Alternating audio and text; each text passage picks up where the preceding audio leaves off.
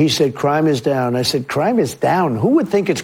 Without even knowing, and I was right. The following day, DOJ announced numbers. I don't know who it was in DOJ, but somebody over there likes me.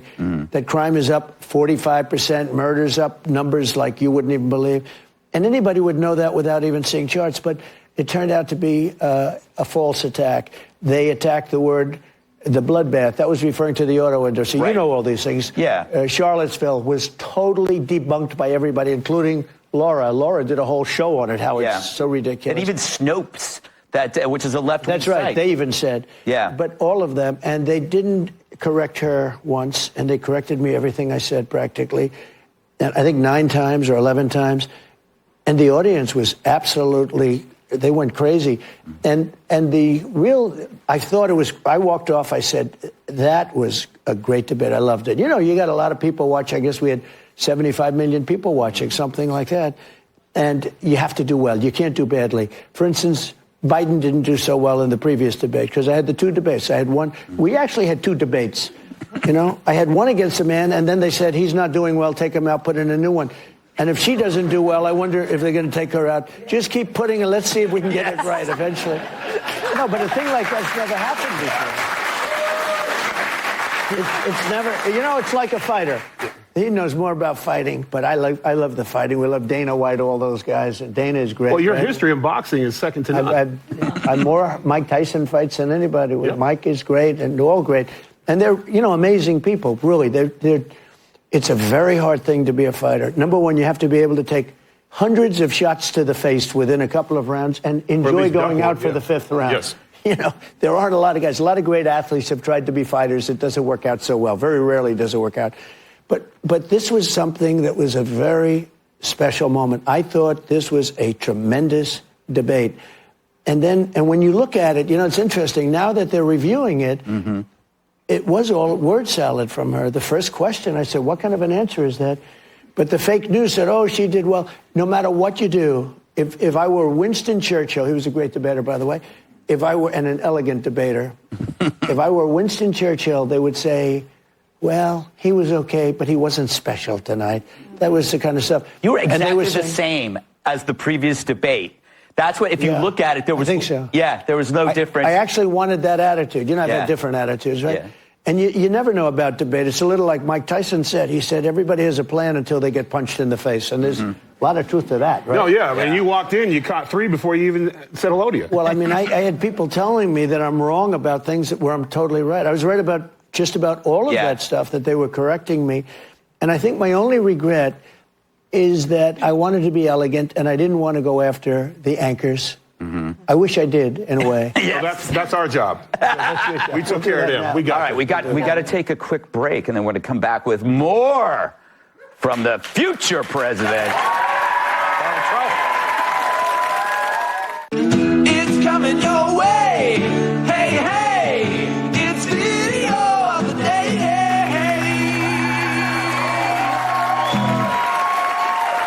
Celebs can't quit Donald Trump. Roll it.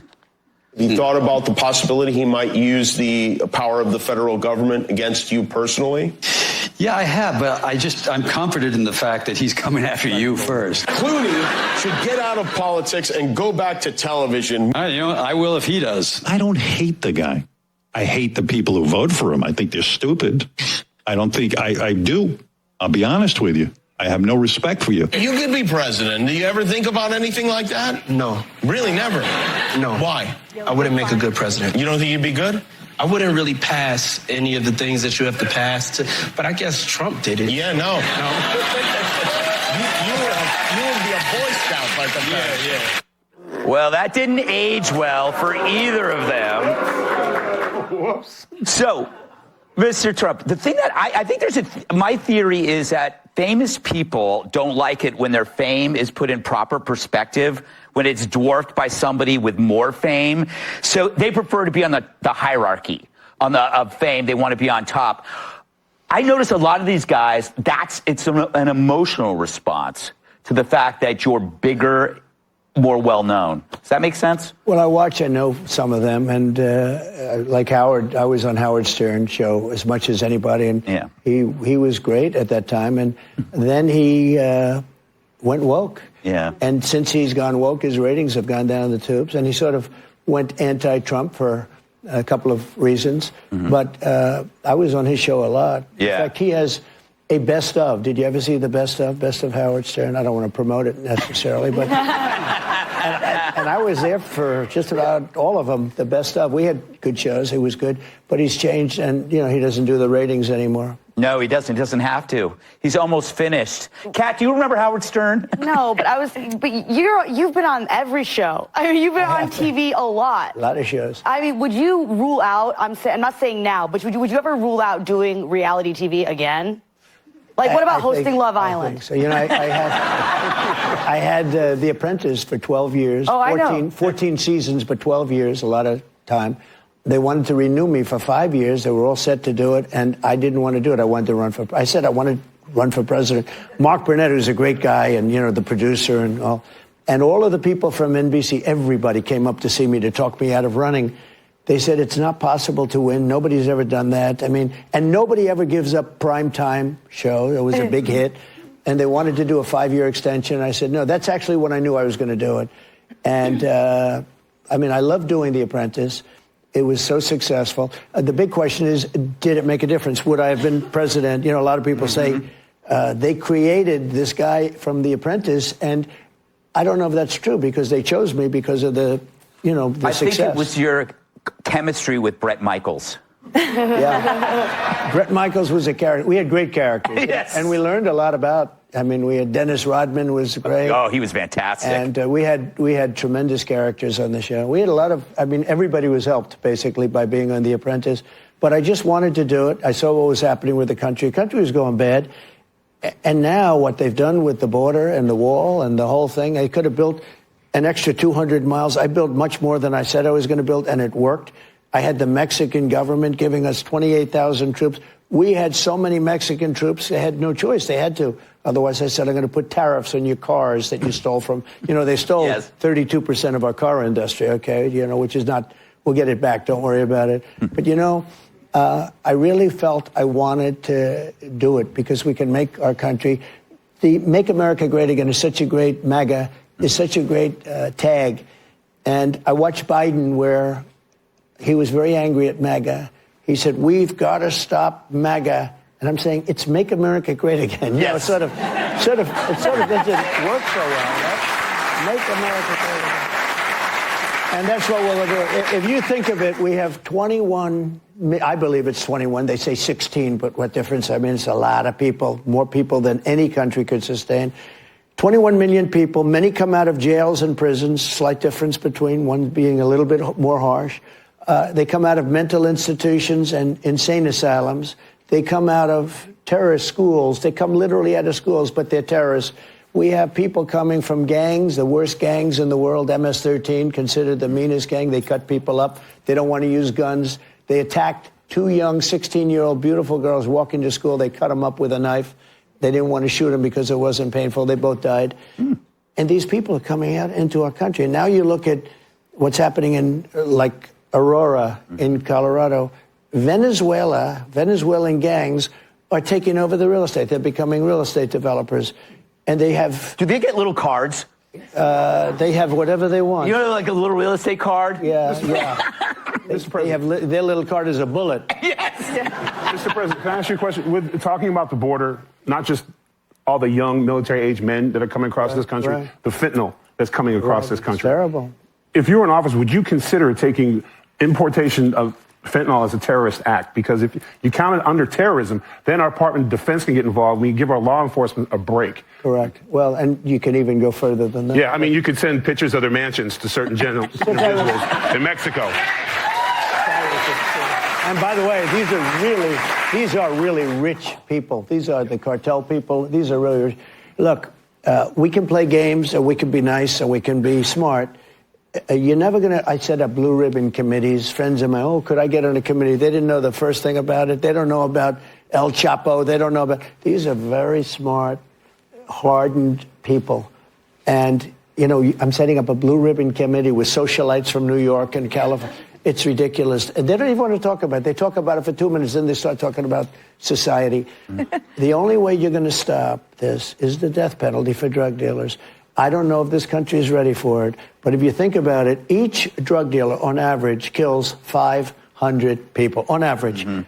He or she, drug dealer, kills 5. I know so many families who have lost a son or a daughter, or parents even, to fentanyl.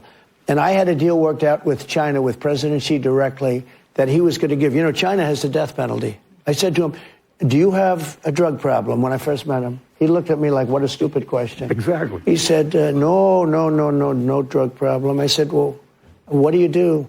Death penalty, immediate death penalty. And I said, that sounds... He said, without it, I talked to him a lot about it. He said, without it, China was a drug-loaded country years ago. Other countries, much smaller, would take it over because they were all wasted, drugged out with the opium and the poppy, and they had a big problem. But they execute drug dealers. They have absolutely no drug problem. Singapore has no drug problem. And it's not nice to talk about, but it's the only way you're going to solve the problem. You're never going to have... Now, we got it down to great numbers, the lowest numbers, but the wall helped. A lot of things helped. But in terms of getting a drug-free country, you can't have that unless you have the death penalty for the dealers. All right, we got to take a break. Taking it as a maybe on Love Island. All right. Up next, media tools. Think Kamala rules. A story in 5 words. Kamala says some more nonsense. Roll it. Hello to all my divine 9 brothers and sisters. And my soror. It was school photo day. You remember what that's like? You really ought to understand at a very deep level how much your words have meaning. A future where we can see what is possible, unburdened by what has been. We can see what is possible, unburdened by what has been. Unburdened by what has been. Well, do you... There's an objective crowd. All right. It's hard to kind of figure out what she's saying. Why doesn't anybody ever ask a follow-up question? Like, what do you mean? Well, that should have happened in the debate. Yeah. And the interesting thing is, doesn't do interviews. You would not see her come onto the show. I can tell you right now. We ask her now. Come on this show, Kamala. We'll have a box of wine. She doesn't like doing interviews. Yeah. And she's not knowledgeable about economy and various things. And I think it would be a problem. But you know what? He was pretty much gone. They said, Joe, it's over. You're getting out. And he said, I'm not getting out. You're getting out. And they were very nasty, 25th Amendment and everything else. He got out. And they put her in. And she's somehow a woman. Somehow she's doing better than he did. Yeah. But I can't imagine it can last because so weak on people coming in. She's the one, she was the border czar. Yeah. She allowed 21 million people to come in, the thing we were just talking about. Yeah. And many of these people are the wrong people for this country. You have murderers, you have killers, you have prisoners. Prisons are being emptied out all over the world, not just in South America, and they're coming in. She allowed that.